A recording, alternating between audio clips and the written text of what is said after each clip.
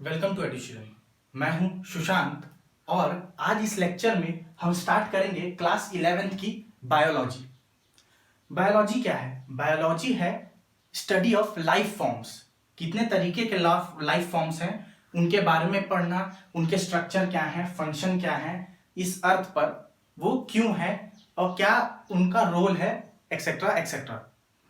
Biology start करने से पहले हम ये जान लेते हैं या कुछ पॉइंट्स समझ लेते हैं, जैसे कि 10th तक जो हमने बायोलॉजी पढ़ा है, आपने पढ़ा है या आप पढ़ेंगे, तो 10th के जितने भी चैप्टर्स हैं, मैं ये नहीं कह रहा हूं कि आप 10th क्लास दोबारा पढ़ेंगे, मतलब उसके चैप्टर्स या आप एक ओवरलुक देंगे 10th में जो भी चैप्टर्स हैं, जो भी टॉपिक्स हैं बायो में 10th तक में, साइंस के सब्जेक्ट में, तो आप ये देखेंगे कि वो सिर्फ क्या है, सरफेस की पढ़ाई। हमने डीप जो बायोलॉजी की जो ओशियन है, जो नॉलेज का ओशियन है, उसमें 10th तक हम सिर्फ सरफेस पे पढ़ाई करते हैं, थोड़ा थोड़ा पढ़ते हैं, सबका ओवरव्यू ऊपर ऊपर से। जैसे फोटोसिंथेसिस एग्जांपल ले लें तो उसमें हम क्या करते हैं, कुछ रिएक्शंस पढ़ते हैं, स्टेप्स पढ़ते हैं और ये पढ़ लेते हैं कि उससे क्या होता है, फूड सिंथेसिस होता है, उसके कुछ simple simple points.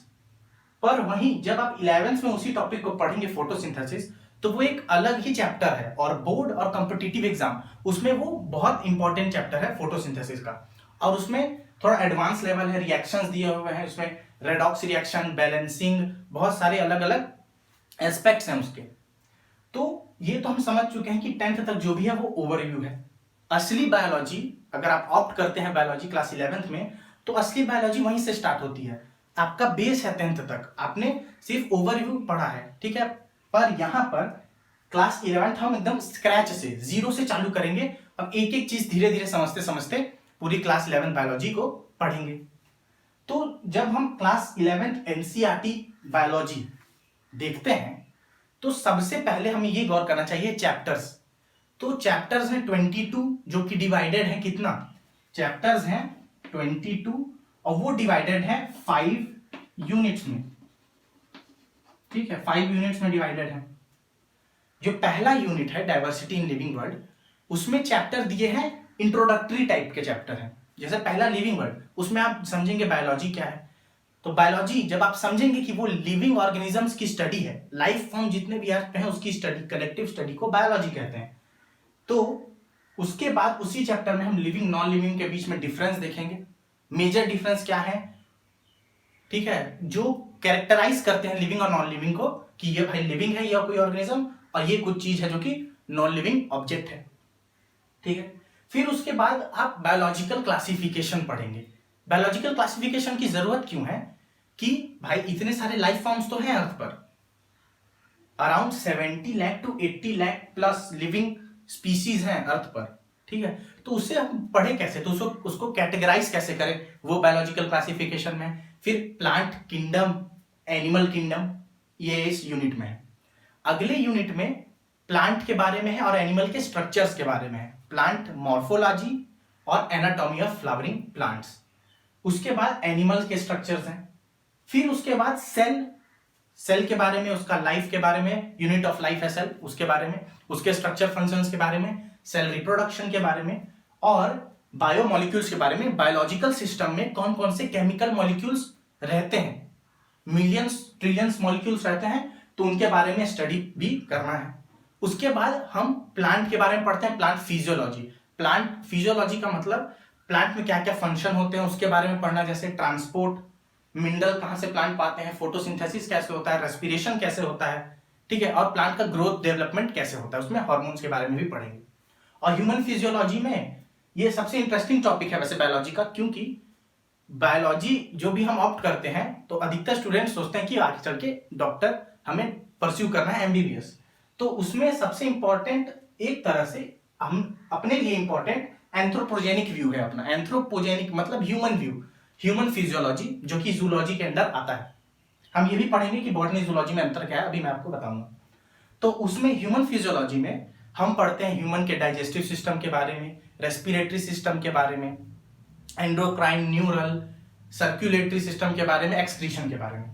Human reproduction class 12 की बायोलॉजी में आता है। तो इतना है plant physiology, human physiology, cell के बारे में, बायोमोलिक्यूल्स, एनिमल्स के बारे में, प्लांट के मॉर्फोलॉजी मतलब आउटर व्यू, प्लांट बाहर से कैसे दिखते हैं, क्या उनका टाइप है, कैसे हम डिफरेंशिएट कर सकते हैं देख के प्लांट्स को, वो हम पढ़ते हैं प्लांट मॉर्फोलॉजी में।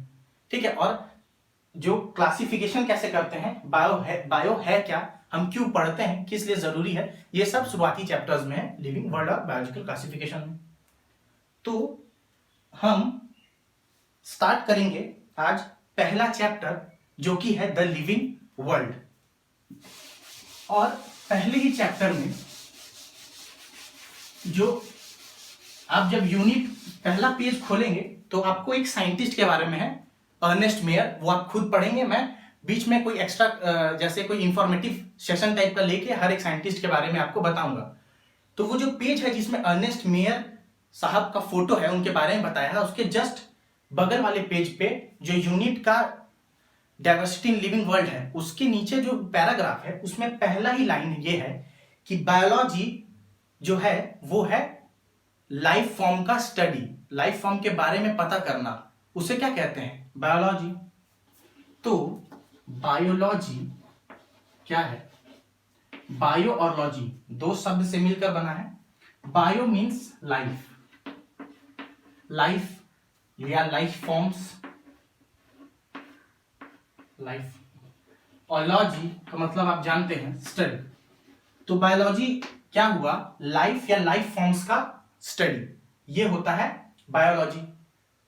फिर जब आप लिविंग वर्ल्ड के चैप्टर को जब पहला पैराग्राफ पढ़ेंगे तो उसमें लिखा गया है कि इतने सारे वंडरफुल फेनोमिनास लिविंग वर्ल्ड में हमारे सामने होते हैं, जैसे कि कोई बर्ड चहचहा रही है, हम किसी से बात कर रहे हैं, हम रेस्पायर कर रहे हैं, कोई घोड़ा है, हॉर्स है, वो गैलोपिंग कर रहा है, मतलब वो दौड़ रहा है, आप कहीं उसको देख रहे हैं। सी में इतने सारे एनिमल्स हैं, अपने आसपास कोई भी लिविंग ऑर्गेनिज्म देखेंगे तो अगर आप साइंटिफिक वे ऑफ माइंड से सोचें तो आपको पता चलेगा कि वो इतने कॉम्प्लेक्स फिनोमिनन्स हैं, जो भी फिनोमिना बायोलॉजिकल फिनोमिना अपने आसपास देखेंगे वो बहुत ही ज्यादा कॉम्प्लेक्स है, येट आपके आई उसको परसीव करती है, आपका ब्रेन उसको कितना सिंपली परसीव कर लेता है, कितने अच्छे से आप उसको देखकर समझ सकते हैं। तो बायोलॉजी यही है बहुत कॉम्प्लेक्स पर कंप्रहेंसिव है, मतलब समझा जा सकता है बहुत आसानी से। ठीक है, एग्जांपल लेते हैं, जैसे कि एक बर्ड गा रही है, सिंगिंग कर रही है, तो कोई एक सिंपल फिनोमिना नहीं है, बहुत कॉम्प्लेक्स फिनोमिना है, कोई अंदर स्ट्रक्चर है जो वो जिसको यूज में ला रही है, उसका ब्रेन उसे डायरेक्ट दे रहा है कि उसे यूज किया जाए, उस जो भी उसका ऑर्गन है, फिर वो किस दौरान यूज करती है, कैसे यूज करती है। तो हर बायोलॉजिकल फिनोमिना अपने आप में बहुत कॉम्प्लेक्स होता है पर कंप्रहेंसिव है, समझा जा सकता है। तो इसीलिए जितने भी लाइफ फॉर्म्स हैं, हम कहते हैं ना कि फ्यूचर जनरेशन को आगे देना चाहिए और स्पीसीज प्रोटेक्शन करना चाहिए। तो आप स्पीसीज प्रोटेक्शन, स्पीसीज का, प्रजाति का प्रोटेक्शन, रक्षा तब तक नहीं कर सकते जब तक आप उसके बारे में समझे नहीं। या ह्यूमंस को ही ले लीजिए, अगर आप ह्यूमन की बायोलॉजी को ना समझें तो हम ग्रो कैसे करेंगे और सोसाइटी, ह्यूमन सोसाइटी थ्राइव कैसे करेगी, लिव कैसे कर सकती है बिना उसके बारे में जाने या पढ़े हुए। तो इसीलिए बायोलॉजी जरूरी है पढ़ने के लिए। अपने आसपास के लाइफ फॉर्म को देखें, एप्रिशिएट करें कि कितनी ज्यादा डाइवर्सिटी और कॉम्प्लेक्सिटी इस लिविंग वर्ल्ड में है।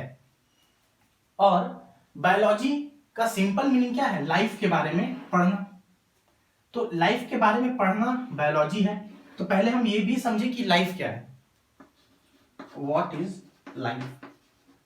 तो एग्जैक्टली व्हाट इज लाइफ, ये तो कोई इसका कोई ऐसा आंसर, एक्यूरेट आंसर नहीं कि व्हाट इज लाइफ।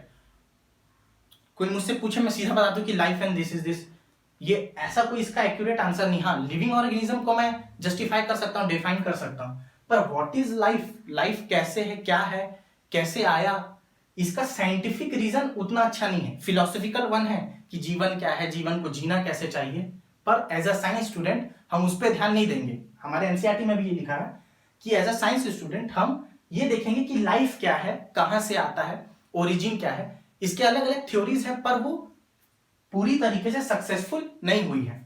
तो लाइफ है क्या, अगर शॉर्ट में सिंपल समझने के लिए कॉम्प्रहेंसिव वे में हम सोचें तो लाइफ क्या है। लाइफ एक ऑर्गेनिज्म के टर्म्स में बात करें तो उसके बर्थ से डेथ तक के बीच का टाइम वो लाइफ होता है उसका, ठीक है, उसको लाइफ स्पैन भी कहते हैं।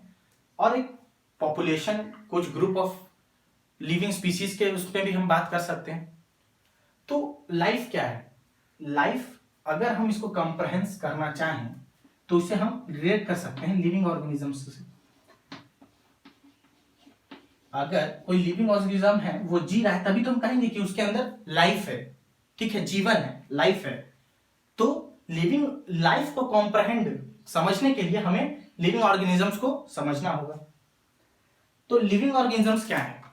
इन्हें समझने के लिए हम डिफरेंस करते हैं लिविंग ऑर्गेनिजम्स और नॉन लिविंग ऑर्गेनिजम्स के बीच, या साइंटिफिक वे में और अच्छा कहें तो लिविंग वो होते हैं जो एनिमेट होते हैं, और नॉन लिविंग वो होते हैं उन्हें कहा जाता है इनएनिमेट। इनएनिमेट, इनके बीच का डिफरेंस बचपन से पढ़ते आ रहे हैं, पर कुछ एडवांस डिफरेंस जो कन्वेंशनल डेफिनेशन है, कन्वेंशनल डिफरेंसेस हैं, वो भी पढ़ेंगे और कुछ अच्छे डिफरेंस भी पढ़ेंगे, ठीक है। तो क्या डिफरेंस है ये हम देखते हैं लिविंग और नॉन लिविंग के बीच।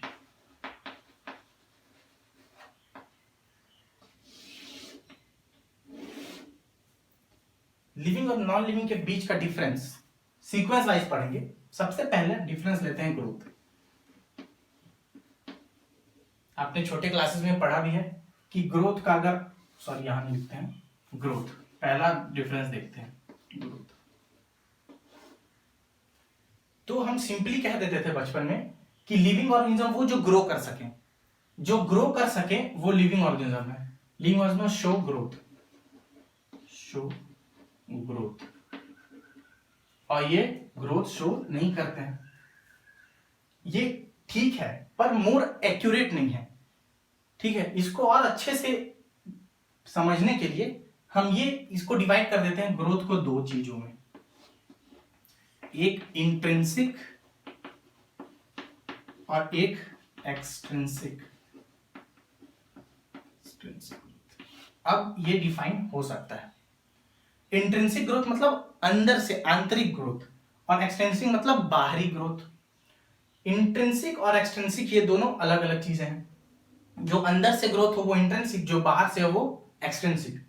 तो लिविंग में दोनों ग्रोथ हो सकते हैं, एक्सट्रिंसिक भी और इंट्रिंसिक भी। लिविंग, नॉन लिविंग में एक्सट्रिंसिक ग्रोथ हो सकता है, और एक्सट्रिंसिक लिख देता हूं, पर इंट्रिंसिक कभी नहीं होगा। इसके बारे में भी समझते हैं। एक्सट्रिंसिक का एग्जांपल लेते हैं, जैसे डेजर्ट में कोई एक एरिया है, वहां अभी वो एक नॉर्मल लैंड है, सपाट प्लेन लैंड है, उस पर अभी कुछ नहीं है।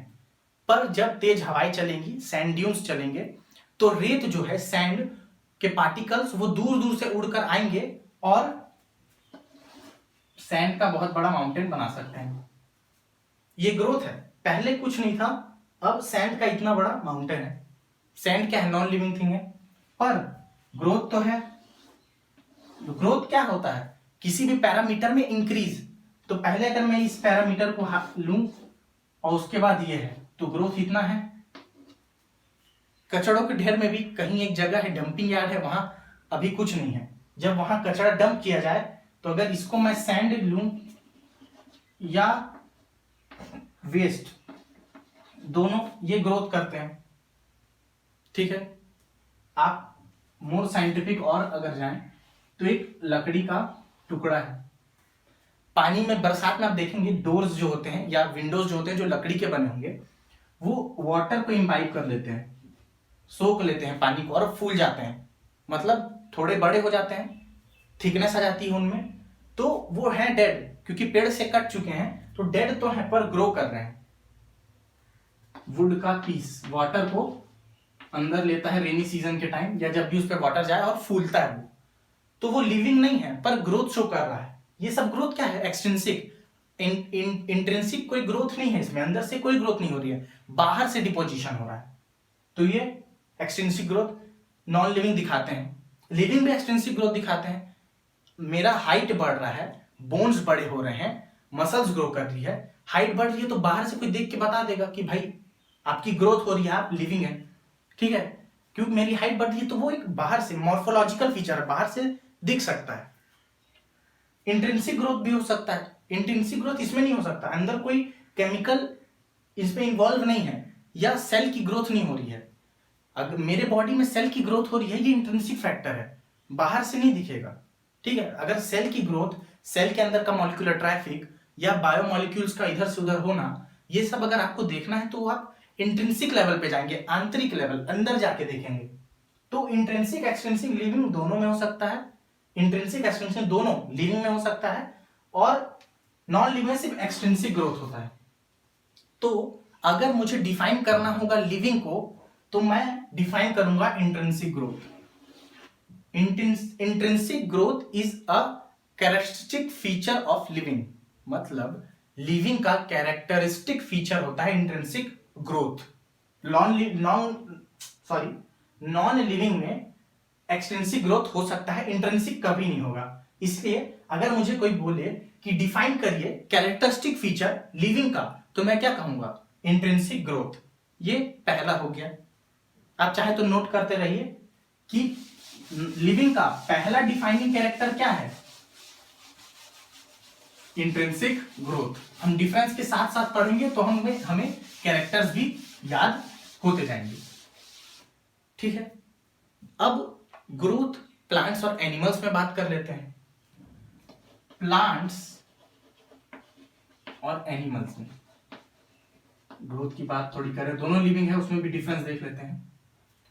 प्लांट में जो ग्रोथ होता है, प्लांट्स में जो ग्रोथ होता है वो लोकलाइज्ड होता है,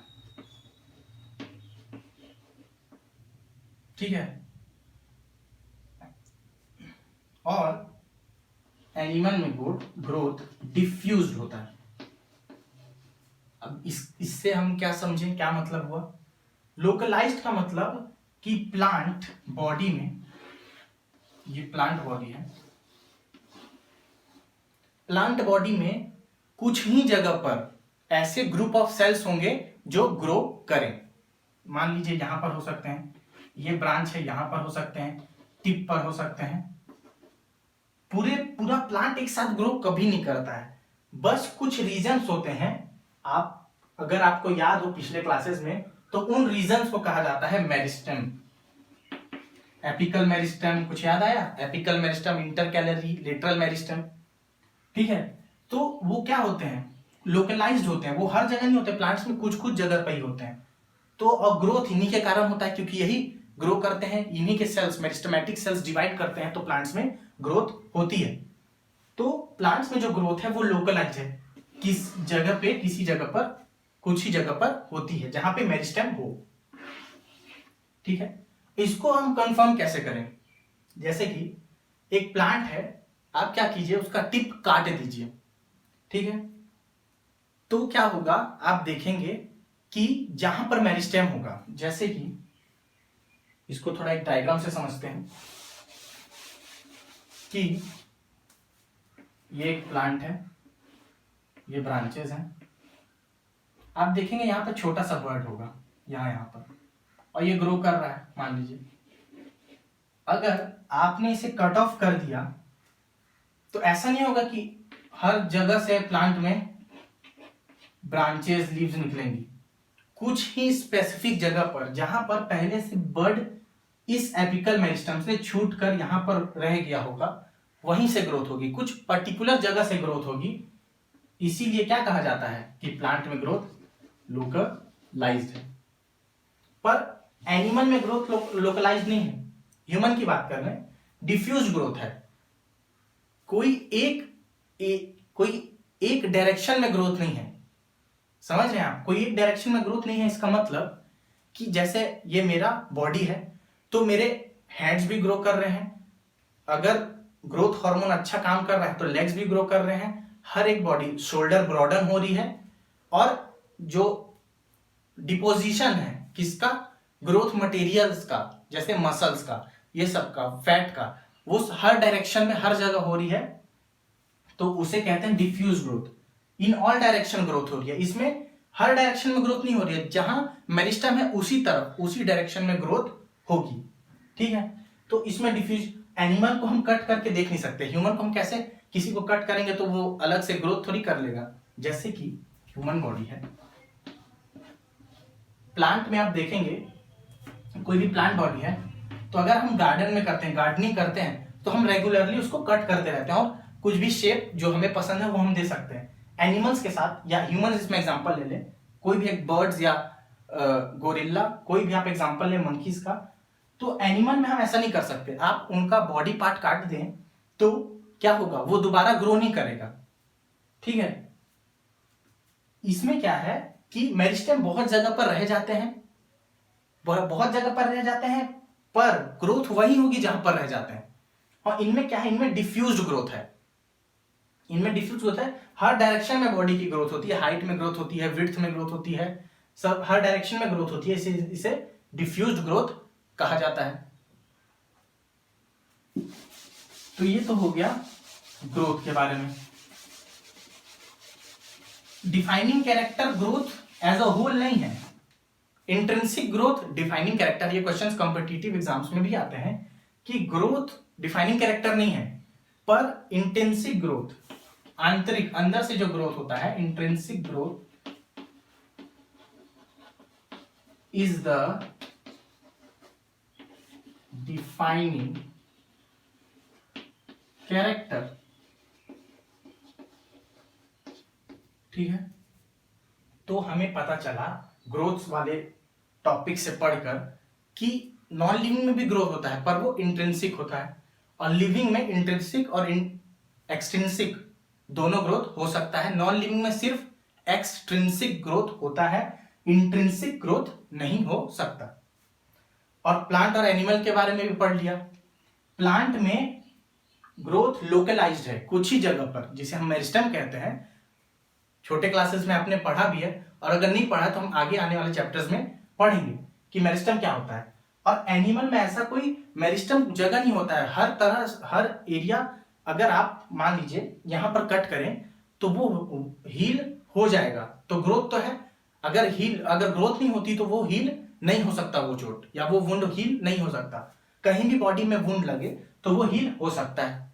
ठीक है, ऐसा नहीं कि मैंने यहां पर काटा, हाथ अपना काटा, वहीं से या उससे थोड़ा सा एरिया इधर उधर होकर एक नया हाथ निकल जाए, है ना। वो प्लांट के केस में होता है क्योंकि वहां मेरिस्टेम है। यहां पर डिफ्यूज ग्रोथ है, ग्रोथ है हर जगह है, पर ज्यादा मात्रा में नहीं है, बस इतना ग्रोथ है कि उसे चोट को हील कर सके। ठीक है, और एक अगर प्लांट और एनिमल के बीच में थोड़ा डिफरेंस हम सोचें तो एक डिफरेंस हो सकता है कि प्लांट में ग्रोथ इनडिटर्मिनेट होता है। प्लांट में, इन प्लांट्स जो ग्रोथ है वो इनडिटर्मिनेट ग्रोथ। इसका क्या मतलब हुआ, प्लांट्स में इनडिटर्मिनेट ग्रोथ, और एनिमल्स में डिटर्मिनेट ग्रोथ। ठीक है, तो प्लांट्स में इनडिटर्मिनेट ग्रोथ का मतलब कि ये लाइफ लॉन्ग, जब तक जिंदा रहेंगे तब तक ग्रो करते रहेंगे। ठीक है ना, प्लांट जब तक जिंदा रहेंगे तब तक ग्रो करेंगे, जब डेथ कर जाएंगे उसके बाद तो ग्रोथ का कोई सवाल नहीं होता, तब तो वो नॉन लिविंग हो जाएंगे।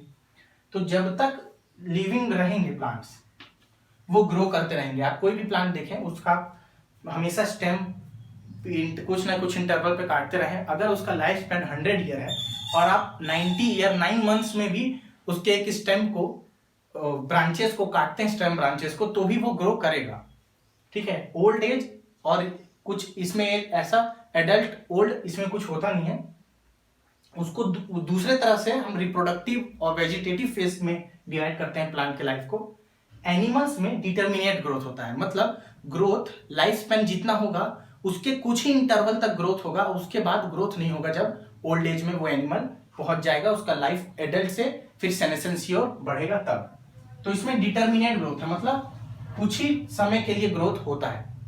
और प्लांट्स में ग्रोथ अनलिमिटेड टाइम के लिए होता है, जब तक लिविंग रहेंगे अनलिमिटेड ग्रोथ होता है, तब तक ग्रोथ होते रहेगा। ठीक है, तो ये तो हमने पढ़ा ग्रोथ के बारे में। और भी डिफाइनिंग कैरेक्टर्स हैं, जैसे कि मेटाबॉलिज्म, ये डिफाइनिंग कैरेक्टर है, जैसे कि इंट्रिंसिक ग्रोथ। रिप्रोडक्शन, ये डिफाइनिंग कैरेक्टर नहीं है, क्यों नहीं है ये हम आगे पढ़ेंगे। और है कॉन्शियसनेस, ये सबसे कॉम्प्लेक्स कैरेक्टर है। कॉन्शियसनेस सबसे कॉम्प्लेक्स लिविंग का डिफाइनिंग कैरेक्टर है कॉन्शियसनेस, ठीक है, येट देखने में बहुत सिंपल लगता है। और आप ले सकते हैं इसके बाद सेल्यूलर ऑर्गेनाइजेशन। अगर किसी ऑब्जेक्ट के अंदर सेल्यूलर ऑर्गेनाइजेशन है और वो वर्क कर रहा है तो इसका मतलब वो लिविंग है। तो ये जो बाकी बचे डिफाइनिंग कैरेक्टर्स हैं, metabolism, reproduction, consciousness, cellular organisation, ये हम पढ़ेंगे कि नॉन लिविंग में तो होता नहीं है, क्यों नहीं होता है उसके बारे में पढ़ेंगे, और लिविंग में होता है तो कैसे वर्क करता है उसके बारे में भी हम अगले क्लास में पढ़ेंगे। तो आज की क्लास के लिए इतना ही। Thank you.